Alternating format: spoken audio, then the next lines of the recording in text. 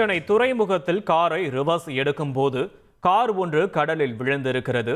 இது தொடர்பான விரிவான விவரங்களை செய்தியாளர் சாலமன் வழங்க கேட்கலாம். சாலமன், வணக்கம். விவரங்களை பதிவு பண்ணலாம். சாலமன், சென்னை கொடுங்கையூரை சேர்ந்த முகமது சாகி என்பவர் அங்கே துறைமுகத்துல காவல் அதிகாரிகளுக்கு கார் ஓட்டுநராக தற்காலிகமாக பணியாற்றி வருகிறார்.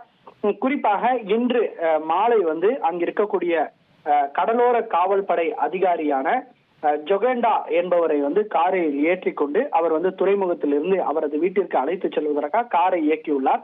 அப்போது திடீரென கார்ல பிரேக் பிடிக்காததால காரானது திடீரென கட்டுப்பாட்டை விழுந்து அருகில் இருக்கக்கூடிய துறைமுக கடல்ல விழுந்துள்ளது.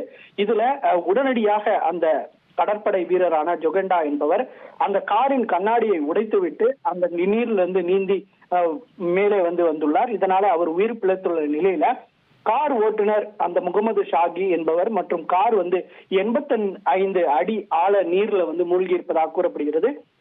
இதனால உடனடியாக அவர் அளித்த தகவலின் பேர்ல கடலோர காவல் படையினர், தீயணைப்பு துறையினர் மற்றும் துறைமுக போலீசார் என மொத்தம் 50க்கும் மேற்பட்ட நபர்கள் இந்த கடலில் விழுந்த காரை மற்றும் அதுல இருந்த கார் ஓட்டுநரான முகமது ஷாகி என்பவரை தீவிரமாக தேடினர். குறிப்பாக இரவு நேரம் என்பதால அங்கு தேடுதல் பணியானது சற்று தொய்வு ஏற்பட்டிருப்பதாக கூறப்படுகிறது. இருப்பினும் உடனடியாக அந்த ஸ்கூபா வீரர்கள் சம்பவ இடத்திற்கு ஆழ் கடல்ல மூழ்கி அங்க எங்கு கார் சிக்கியுள்ளது, அந்த கார் ஓட்டுநர் எப்படி உள்ளார் என்பது தொடர்பாக தீவிரமாக தேடும் பணியில ஈடுபட்டு வருகின்றனர்.